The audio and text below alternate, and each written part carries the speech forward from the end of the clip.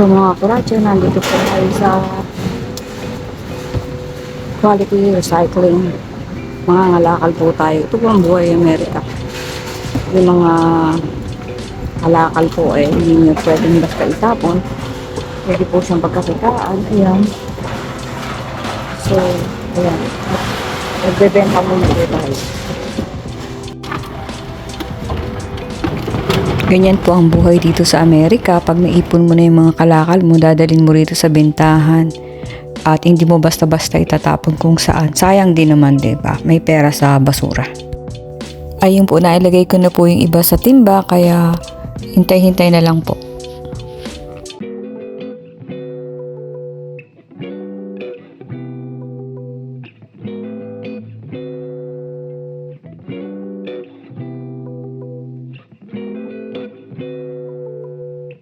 Ayan po, mga di sasakyan. Ang gaganda ng sasakyan ng mga nagbebenta rito ng kalakal.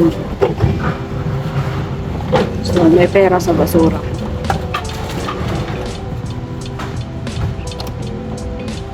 Pila po sila para nagbenta ng kalakal.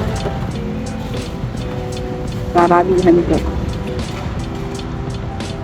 So, dito sa may Poway.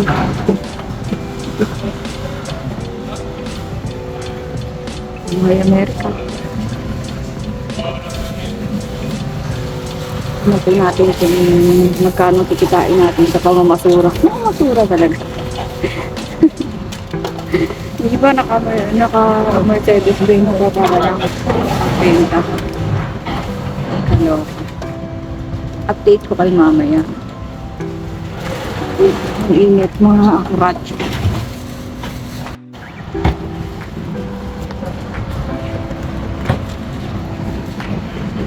Marami pa ba dyan?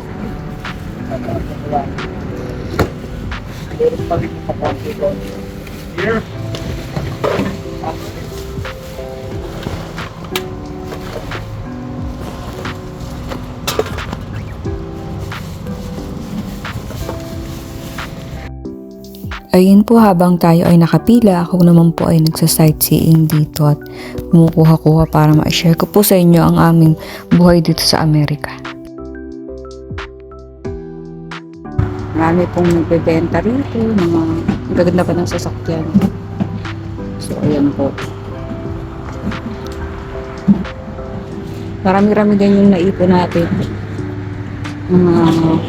Inuman, bottled water, mga soda.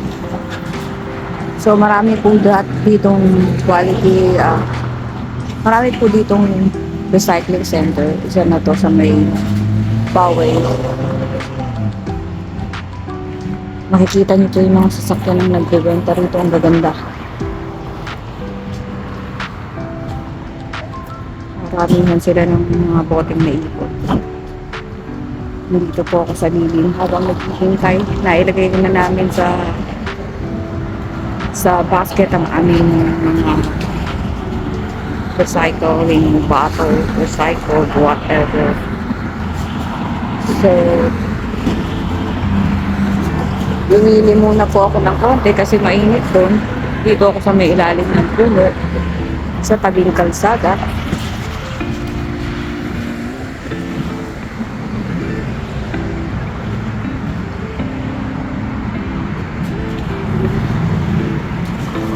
Update ko kayo.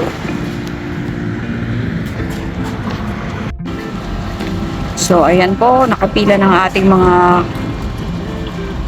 kalakal. Ganyan po ang buhay Amerika. Masarap na mahirap.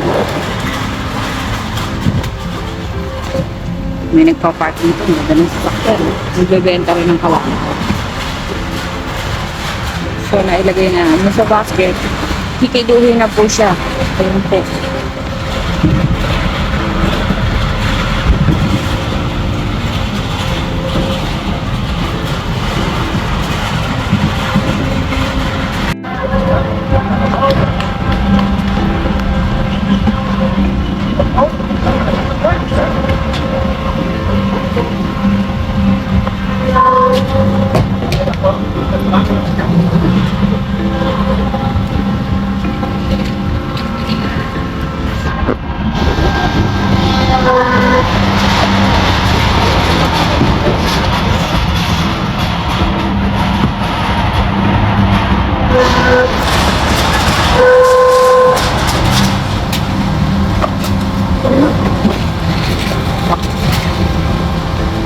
Minsan, ibang klaseng tao.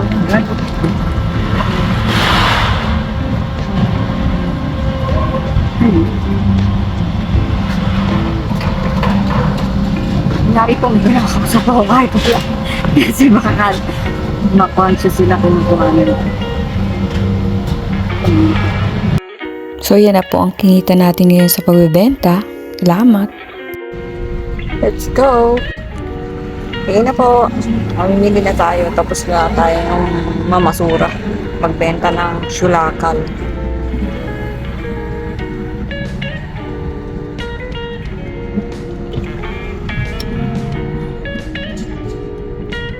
Maganda ng view, di ba? Ayun. Mabundok po dito sa San Diego. Mabundok-bundokin.